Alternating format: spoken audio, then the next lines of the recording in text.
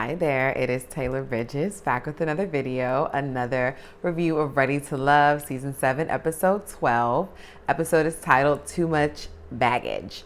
The gentlemen are all meeting with Tommy in a different lounge this time than the church. It's only 4 guys left, so one of them, I'm assuming, is not going to make it to the end, but all of them are directly paired up with one woman. So how do you choose who goes home?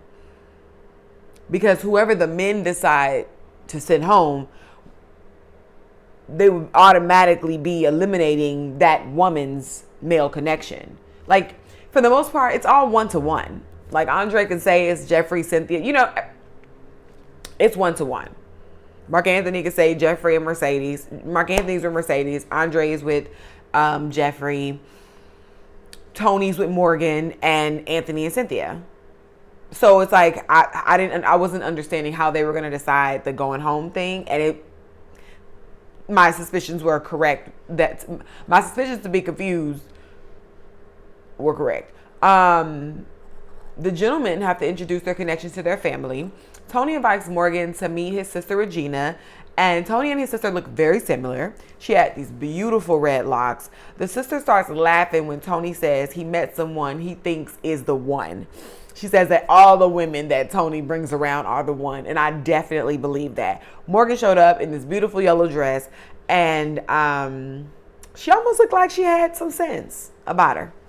But once she gets to talking, it goes right out the window, right? Morgan's issue with Tony is getting him to come down off his like macho, unemotional, high horse and open up more.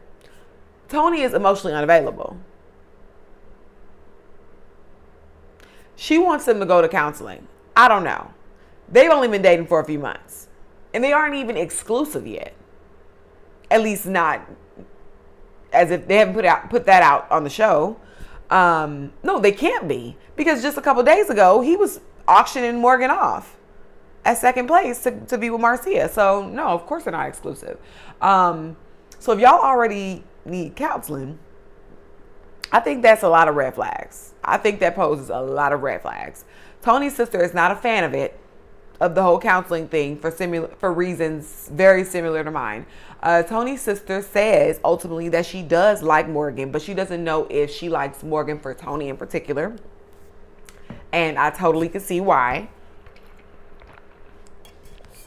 There's just a train wreck. They're just a train wreck. And they too old to be that hot, much of a, like that, to be that messy. You can see from a mile away that they're just messy together. Anthony brings Cynthia to meet his cousin, and Cynthia looked super cute in her black 2-piece skirt set. Anthony briefed his cousin ahead of time on Cynthia's children's father, James. So when Cynthia sits down, the cousin asks her about James immediately. And Cynthia insists that James will not be an issue, but I'm not sure about that. I would not believe that if I were Anthony at all. It don't seem like James would not be an issue. I have to see Anthony and Cynthia hang out more just to really get into them. I was into them that first date, the initial date they had, where they were just sitting down across from each other at the table, talking about parenthood and all of that. But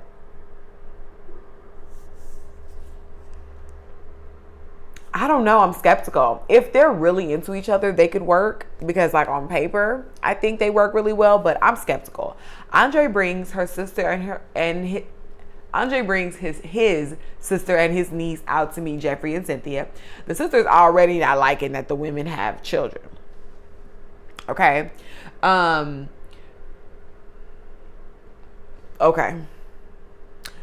That's understandable because Cynthia has 2, I think, and Jeffrey has 3.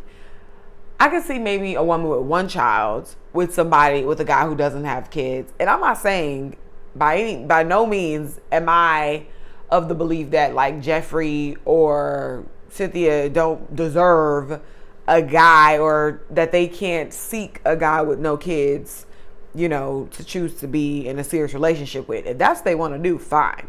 I'm just all for like doing what makes sense to get the best result. That's why I'm giving my opinion on it.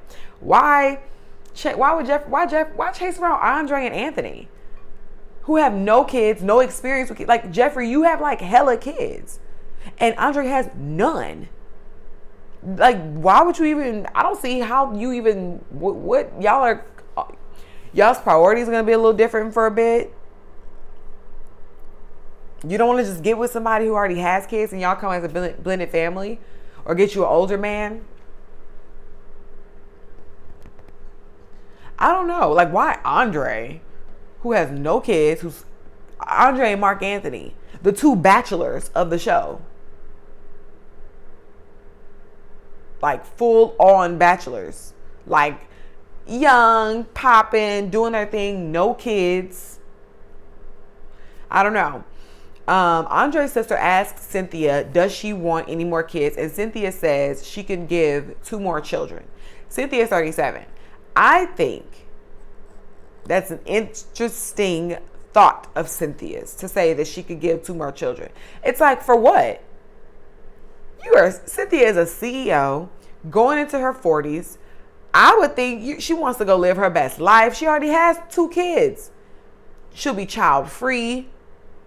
Once the 2 she already has leaves the nest, why you want to start over from scratch? I mean, obviously, her body, her choice. She can have as many kids as she wanted. That's what she see. But I'm just like, sis, for what? You already had your 2. Why you don't want to be done and enjoy your 40s and your money? Jeffree shows up in this beautiful burnt orange-ish dress. And I was like, since when did Jeffree dress like this? But Jeffree does, I mean, she's an executive assistant, so she dresses sometimes like she's maybe like come from work or something. And her work attire is really cute. I think the burnt orange dress could have been one of her outfits, if so. Jeffree says she was surprised walking in and seeing Cynthia there. And I totally understood. Andre and Jeffree basically go together. So unless Cynthia is purposely using Andre as well to stay on the show, the way he's using her, Cynthia's being foolish. Andre's sister gets right to it, telling Jeffree she's more of a liability than an asset, being 31 with 3 kids. She asks Jeffree what could she bring to the table, and Jeffree says she's everything a man could want, which is a terrible answer. Like, it's like, you're not.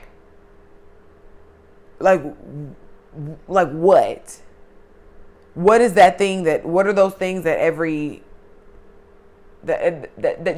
what are those things you say, if you say everything a man could want, name 3. Everything a man could want.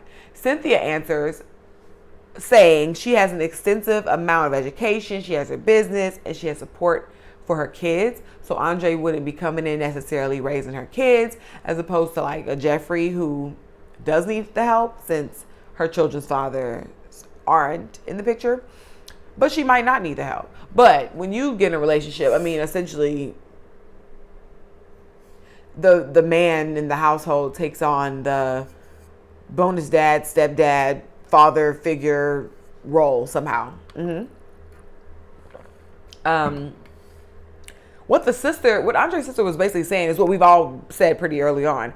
I do understand, though, how Jeffree can feel judged just from a human perspective. Like, I'm sure it's not fun being told, like, you know, you're a liability, just, you know, or judged for, having those 3 kids constantly. But these are your choices, Jeffree. And Jeffree is right. The sister should look to Andre to see why him being, so into the woman with 3 kids.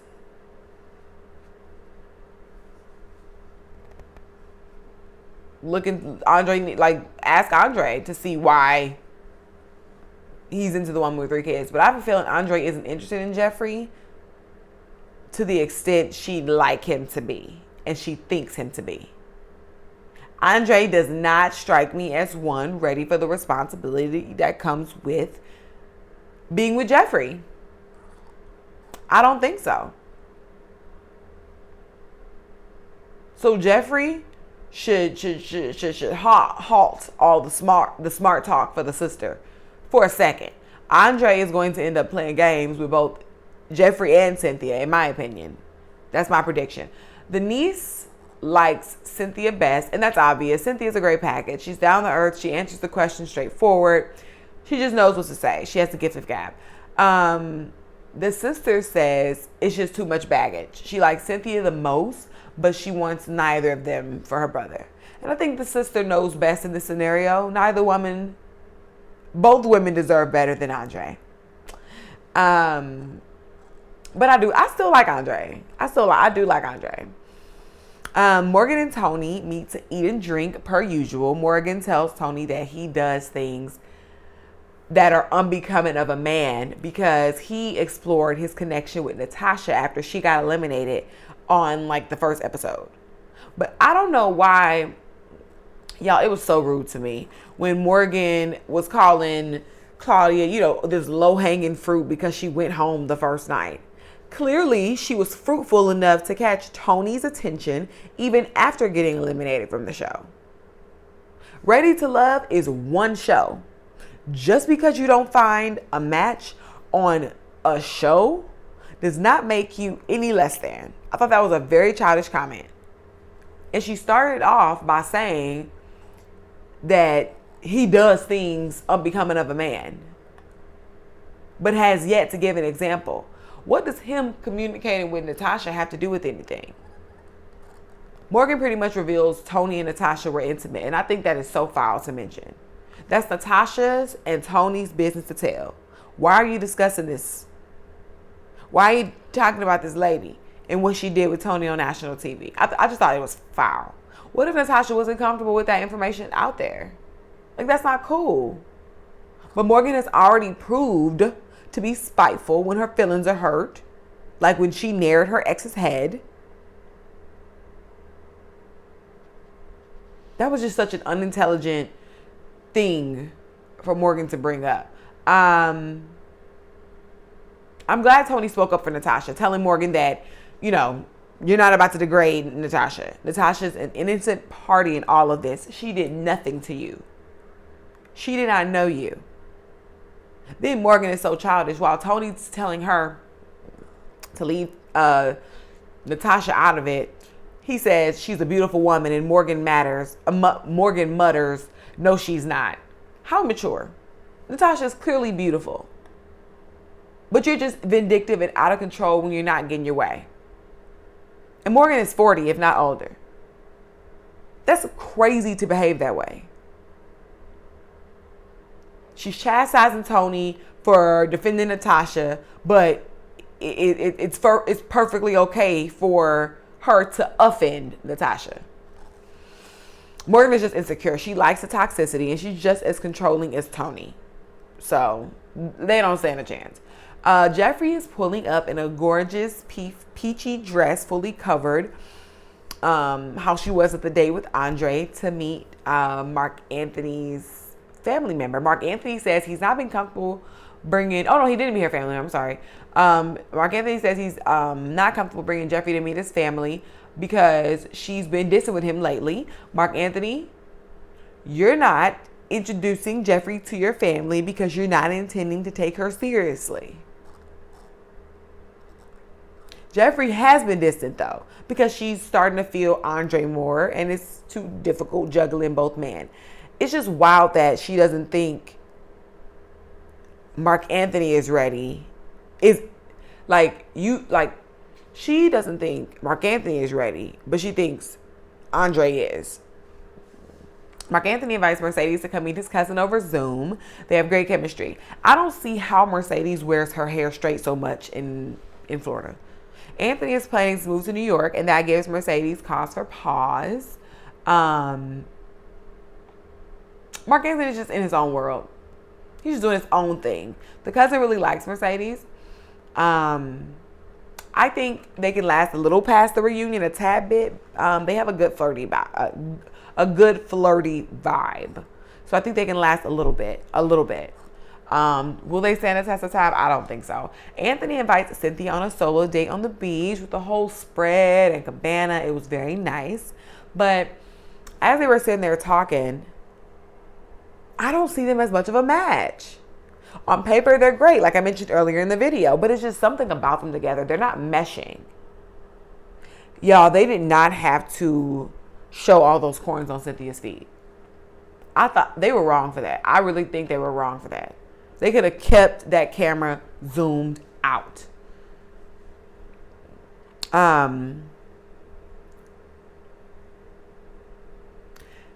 Anthony doesn't act like he likes Cynthia. I know he's doing all these nice get-ups for her, but it doesn't seem genuine.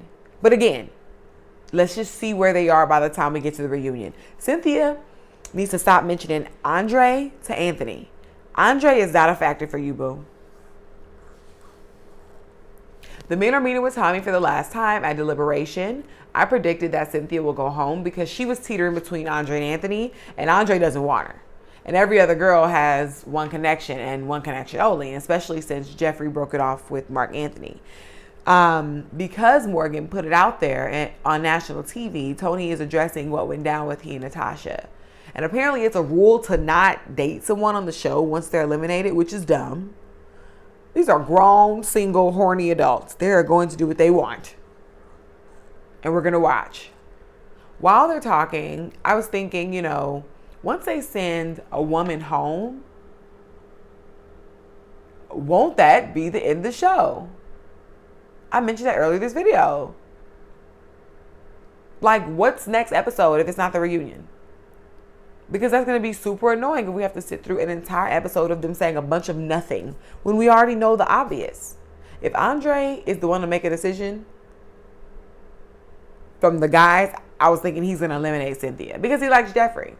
But I was thinking that maybe he'll just break it off with her and not actually eliminate her, because otherwise, what would be the point of next episode if it's literally only 6 people left or 8 people left? Tony, Mercedes, and oh boy, Cynthia and Anthony. Is that it? I don't know. Whatever. He ended up, Andre ended up not eliminating Cynthia, but there was just, pardon me, nothing else interesting. I mean, it was a production play, because we know Andre is going to choose Jeffrey. They just needed to drag it out so they can have a final episode. But that is it. Thank you so much for tuning in and watching my video. Please like, comment, and subscribe, and I'll check back with you later. Bye.